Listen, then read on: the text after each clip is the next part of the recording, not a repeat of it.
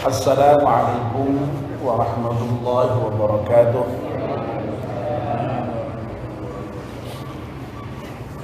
Bismillahirrahmanirrahim. Alhamdulillahi rabbil alamin.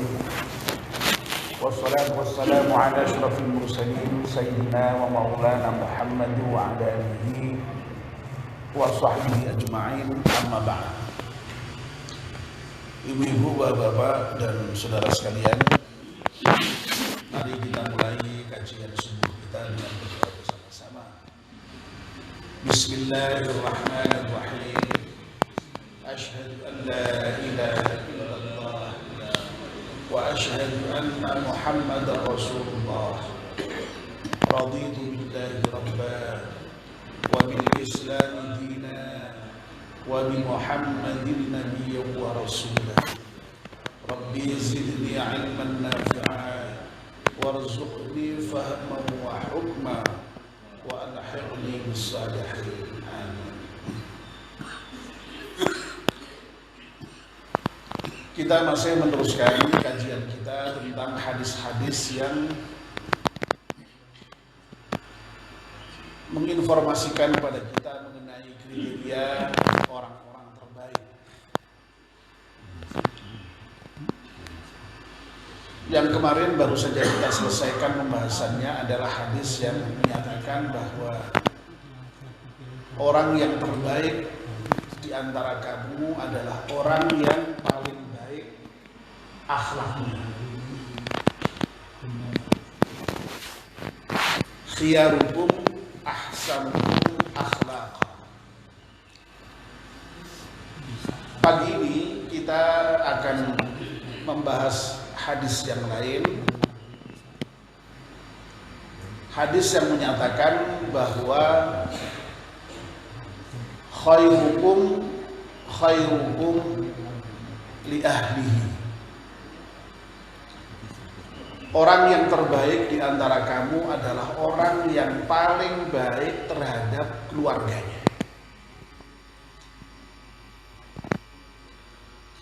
Bapak dan ibu-ibu yang dimuliakan Allah Subhanahu wa taala, menurut Nabi kita Muhammad sallallahu alaihi wasallam, salah satu kriteria orang yang terbaik adalah orang yang terbaik terhadap keluarganya.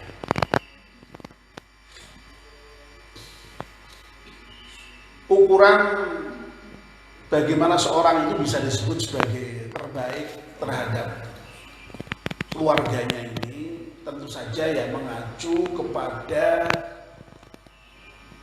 sejauh mana kita sebagai anggota keluarga, terutama kalau suami itu bahkan sebagai pimpinan keluarga, itu bisa melaksanakan tugas dan kewajiban atau amanah dari Allah Subhanahu wa ta'ala.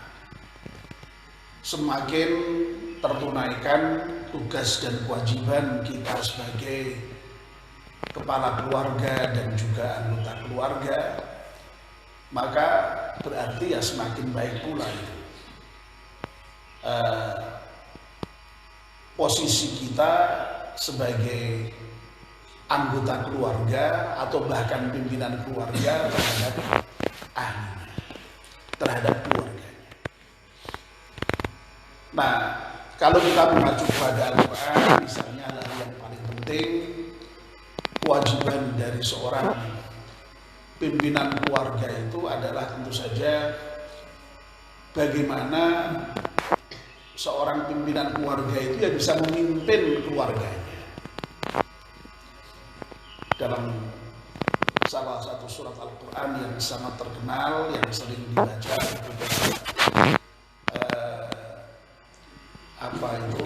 akad nikah itu ya, Allah berfirman, a'udzubillahi minasyaitonir rajim, ar-rijalu qawwamuna 'alan nisa' bima faddalallahu ba'dahum 'ala ba'din wa bima anfaqu min amwalihim فالصالحات قانتات حافظات للغيب بما حفظ الله.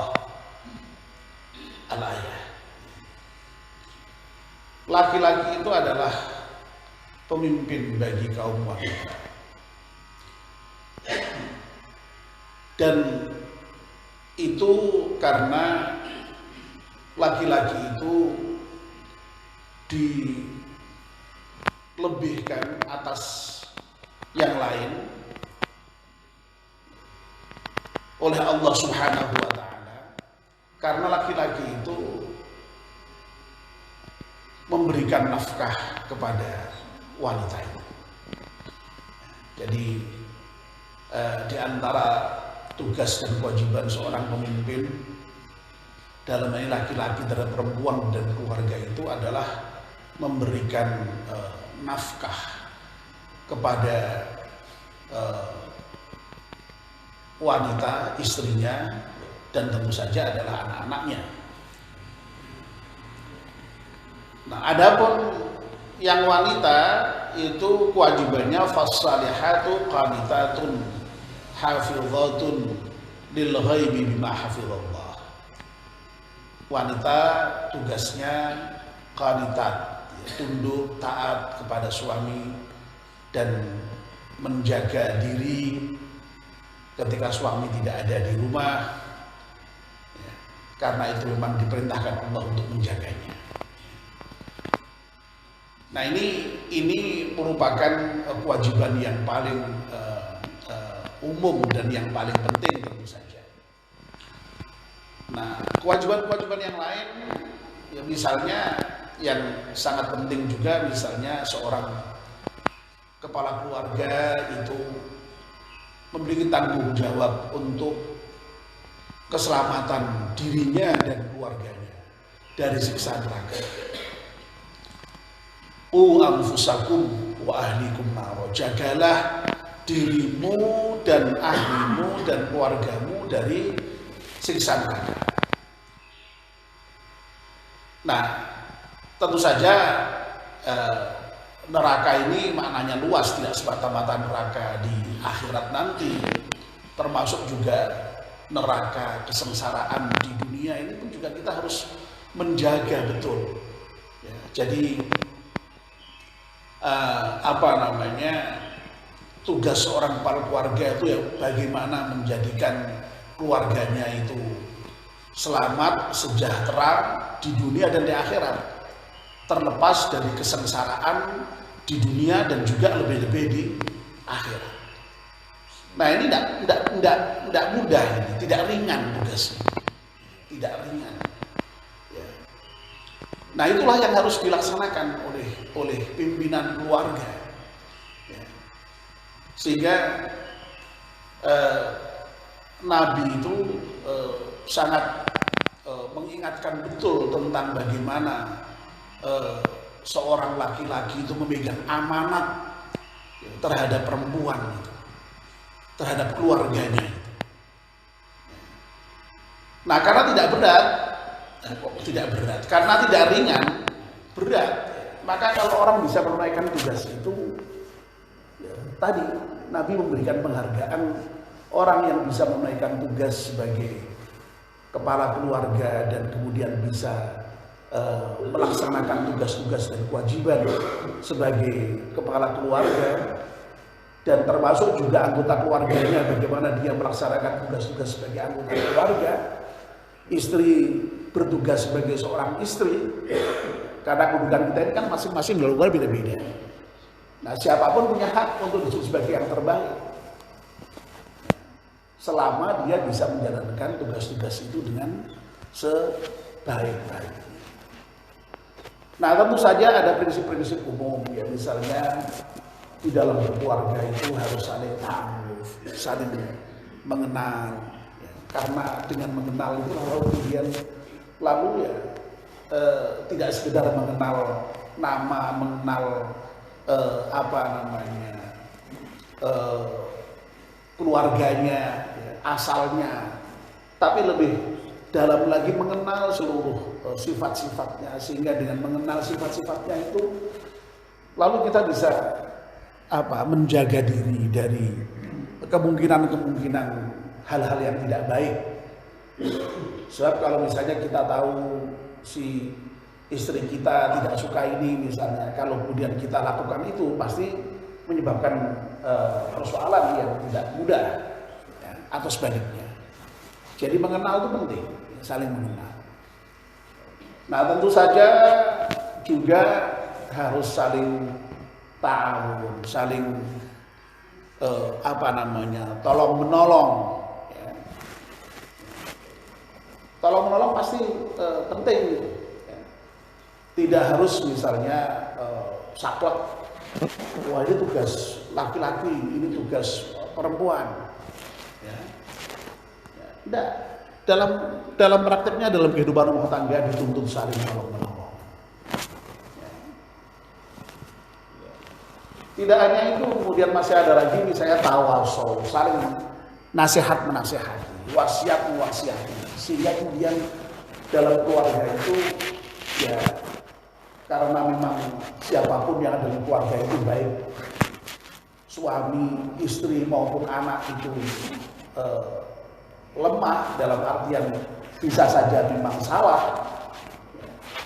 Jangan dikira kalau suami itu tidak pernah salah, bisa saja salah. Nah oleh karena itu ada prinsip tawasul, saling wasiat mewasiati dalam kebenaran, tawasul. Nah, jadi dengan prinsip-prinsip ada ta'aruf, ada ta'awun, ada tawasul. Nah itu diharapkan dalam keluarga lalu kemudian bisa menjalankan fungsi di dalam berkeluarga itu menjadi baik tadi. Bahkan Al-Quran kemudian menggambarkan hubungan ideal antara suami dan istri itu dengan pakaian.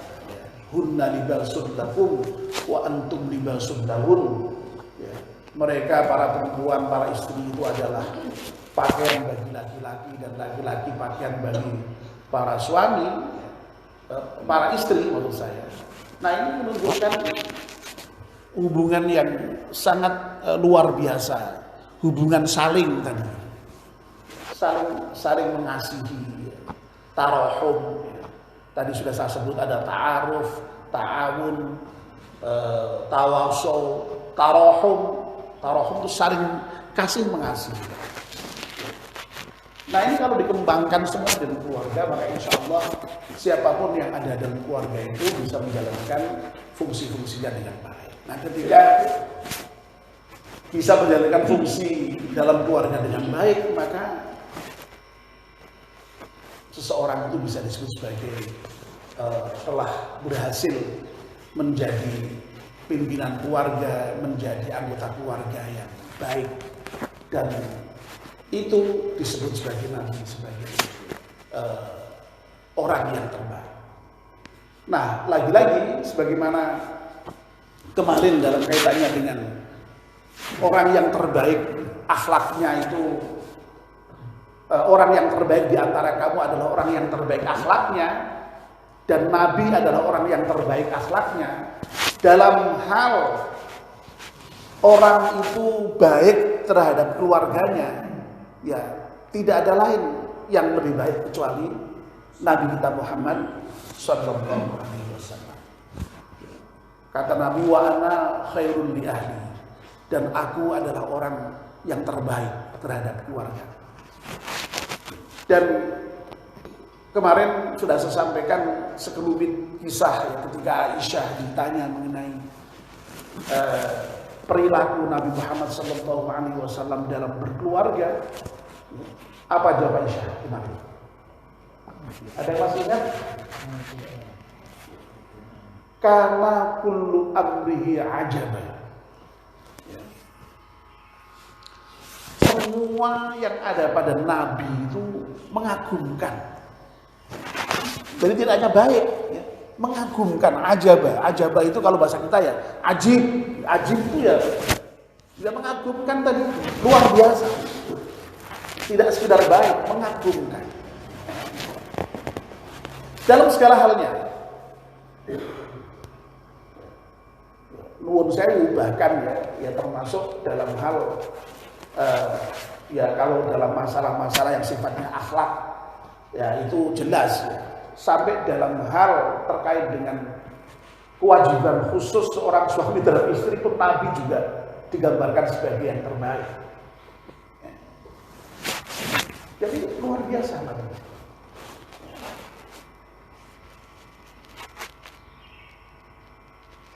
Sampai-sampai ya coba ketika Nabi itu kalau misalnya bangun malam gitu ya, bangun malam itu menurut Nabi itu, bagi Nabi maksud saya, bukan menurut Nabi, bagi Nabi itu merupakan kewajiban. Itu beliau minta izin sama istri, izinkan aku untuk bangun malam menyembah Tuhan. Sampai digambarkan seperti itu. Itu yang sering saya kutip ya ketika saya membaca khutbah nikah ya. Mungkin bapak-bapak kalau pernah mendengar khutbah nikah saya itu pernah mendengar itu ya, potongan kisah yang seperti ini. Nah ini luar biasa, luar biasa. Ya. Betapa Nabi itu dengan istrinya sangat sayang. Coba misalnya sampai misalnya dalam hal memanggil Aisyah itu tidak disebut namanya ya. Tapi dengan panggilan kesayangan. Apa panggilan Nabi terhadap Aisyah? Ya Umairah. Umairah itu kalau bahasa secara kebahasaan artinya yang kemerah-merahan. Ya, jadi rupa-rupanya itu katanya digambarkan pipinya Aisyah itu kemerah-merahan. Saking indahnya, saking cantiknya begitu barangkali. Ya. Ya. Nah, kita tidak tahu panggil istri kita itu apa gitu ya. Ya, tapi sayang ya. Kalau Pak Edi sayang ya gitu. Iya. Ya. Ya. Banyak sekali digambarkan hadis itu Nabi itu juga sangat romantis dengan istri-istrinya itu ya. Kadang-kadang Nabi ya pernah tiduran di pangkuan Aisyah, lalu kemudian di sisi rambutnya. Itu banyak fragmen-fragmen yang kemudian dicatat dalam hadis-hadis mengenai kehidupan rumah tangga Rasulullah. Sekali lagi yang semua itu ya tidak ada contoh yang tidak baik, contoh yang indah, contoh yang indah. Makanya Nabi lalu berani mengklaim bahwa Nabi adalah orang yang terbaik terhadap keluarganya. Dan kita sekali lagi memang dalam hal akhlak itu ya harus mengikuti Nabi itu ya semampu kita. Tentu saja kalau mencontoh sepenuhnya ya memang beda kita. Ya. Wong ibaratnya kita dengan Nabi itu mari bisa bayangkan kalau diibaratkan batu itu Nabi itu batu berlian, kita itu batu yang kongkalan tukune satrek kuwi ya. Ya orang sebanding, ya, memang beda. Tapi bagaimanapun juga kita berusaha untuk mencontoh Nabi kita. Ya. Tetapi Nabi pun juga dalam hal-hal tertentu juga tidak kemudian lalu harus lembut terus. Ya. Suatu ketika keras ya keras. Ya. Ya. Pernah bahkan disebut dalam Al-Quran itu ketika istri-istri Nabi itu ya pernah mengalami suatu peristiwa tertentu, lalu sampai Nabi juga pernah menawarkan untuk bercerai. Tapi ya wa usarrikunna sarahan jamila, akan kalau maunya kalau begitu akan aku ceraikan dengan cerai yang baik. Ya meskipun perceraian tentu saja merupakan hal yang kemudian tidak terjadi, tapi itu pernah terjadi dalam episode kehidupan Nabi. Ya. Jadi ini contoh-contoh dari itu. Termasuk dalam mendidik anak itu tidak kemudian lalu ya harus apa namanya disayang-sayang terus dimanja-manja terus enggak. Wah buktinya Nabi itu yang memerintahkan kalau anak kamu umur 7 tahun perintahkan sholat, kalau umur 10 tahun belum sholat pukul. Itu kan menunjukkan bahwa apa namanya ya tidak selamanya kemudian dengan tafsir ya hal-hal yang menyenangkan. Tapi Nabi juga kadang-kadang melakukan dengan tanbih. Tanbih itu memberikan peringatan atau hukuman. Nah ini sekali lagi ya memang tidak mudah ya. Jadi bagaimana kita menjadi sosok orang tua yang kemudian betul-betul bisa menjalankan fungsi pimpinan keluarga itu dengan betul-betul tepat itu ya memang ya tidak mudah. Ya kalau teorinya sih jelas ada, teorinya sih mudah. Ya. Tapi kita seringkali memang kemudian lalu ya salah melangkah. Wajar, tidak masalah. Kita manusia biasa. Nah bedanya Nabi itu kan memang selalu tepat, tidak pernah salah gitu. Apapun yang dilakukan Nabi selalu tepat. Karena Nabi memang di dalam bertindak itu selalu berdasarkan wahyu, ya, selalu berdasarkan bimbingan Allah Subhanahu wa taala, sehingga selalu tepat. Pada saatnya dibutuhkan kerasnya tepat, dibutuhkan lembutnya tepat. Itu Nabi. Nah kita kadang-kadang bisa salah. Jangan dibutuhkan keras malah lembek. Jangan dibutuhkan lembek malah keras. Nah ini yang kadang-kadang terjadi pada kita itu seperti itu. Dan Nabi tidak mengalami seperti itu. Nabi selalu tepat. Ya. Termasuk dalam berdakwah Nabi ya begitu. Ya. Suatu ketika dibutuhkan perang ya perang. Tapi tepat pilihan Nabi itu. Nah, begitu. Nah kita ini kan seringkali tidak tepat, salah perhitungan. Ya karena kita hanya berdasarkan pada perhitungan kita sendiri. Sementara Nabi di dalam melakukan sesuatu itu berdasarkan hidayah, berdasarkan bimbingan, berdasarkan wahyu dari Allah Subhanahu wa taala. Karena memang apa yang ada pada Nabi itu ya tidak ada lain kecuali wahyu. Ya. Wa ma yantiqu 'anil hawa in huwa illa wahyu yuha. Nabi itu tidak pernah kemudian berkata dan bertindak yang kemudian tidak didasarkan pada wahyu. Ya, makanya semua perkataan Nabi, tindakan Nabi, bahkan Nabi sendiri hanya diam saja ketika merespon sesuatu itu pun juga sudah merupakan sunnah yang harus diikuti karena itu adalah merupakan wahyu. Ya. Jadi pengertian sunnah itu kan begitu. Pengertian sunnah itu tidak hanya perkataan, ya, perkataan Nabi, ya, lalu perbuatan Nabi, bahkan sikap diam Nabi ketika memberikan persetujuan terhadap suatu peristiwa, ya, itu merupakan sunnah yang harus diikuti. Nah mudah-mudahan Bapak dan Ibu kita termasuk golongan yang sabdakan Nabi, orang yang baik, ya, terbaik terhadap keluarga. Amin ya rabbal alamin. Mari kita tutup pengajian pagi ini dengan berdoa bersama-sama. Bismillahirrahmanirrahim. Wal 'ashri innal insana lafi khusrin illa alladziina aamanu wa 'amilus shalihati wa tawassaw bil haqqi wa tawassaw bis sabr. Subhanakallahumma wa bihamdika asyhadu an la ilaha illa anta astaghfiruka wa atubu ilaik. Wassalamualaikum warahmatullahi wabarakatuh.